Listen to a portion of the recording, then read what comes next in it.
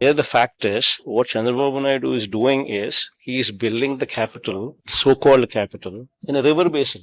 In fact, this is something which the Supreme Court should take cognizance of. Nobody is allowed to even build a building in a river basin. Whereas here, Chandrababu Naidu is conceiving a city in a river basin. ఈ రోజు పరిపాలన చేయడం కోసం ప్రయత్నం చేస్తా ఉంటే కొంతమంది రాక్షసుల మారిగా అసత్యాల్ని అబద్ధాల్ని పదే పదే చెప్పి వీళ్ళు తప్పుడు పనులు చేసి ఆ తప్పుడు పనులు వేరే వాళ్ళ పైన వేయాలని ప్రయత్నం చేస్తున్నారు. ఇట్లాంటి ఒకటి రెండు కాదు, ఒక అమరావతి నిన్న కూడా చూశారు. ఎవరైనా సరే బుద్ధి జ్ఞానం ఉండే వ్యక్తులు మాట్లాడుతున్నారు తెలియదు. ముఖ్యమంత్రి ఎక్కడుంటే అక్కడే క్యాపిటల్ అంట.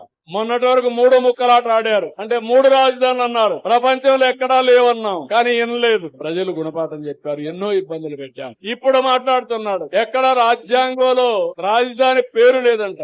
ముఖ్యమంత్రి ఎక్కడ కూర్చొని పనిచేసి బెంగళూరులో కూర్చుంటే ఇడుపుల పాయకి పోతే అదే రాజధాని. అంటే ఏంటి చేదస్తో నాకైతే అర్థం కావడం లేదు. ఇప్పుడు అంటున్నాడు అది నది పక్కన వచ్చిందంట. రాజమండ్రి ఎక్కడుంది, విశాఖపట్నం ఎక్కడుంది, లండన్ ఎక్కడుంది, ఢిల్లీ ఎక్కడుంది, చెన్నై ఎక్కడుంది, అంటే బాంబే ఎక్కడుంది? కనీసం ఇలాంటి ఇంగిత జ్ఞానం లేని వాళ్ళు కూడా రాజకీయాలు చేస్తే వీళ్ళు ఏం మాట్లాడాలి?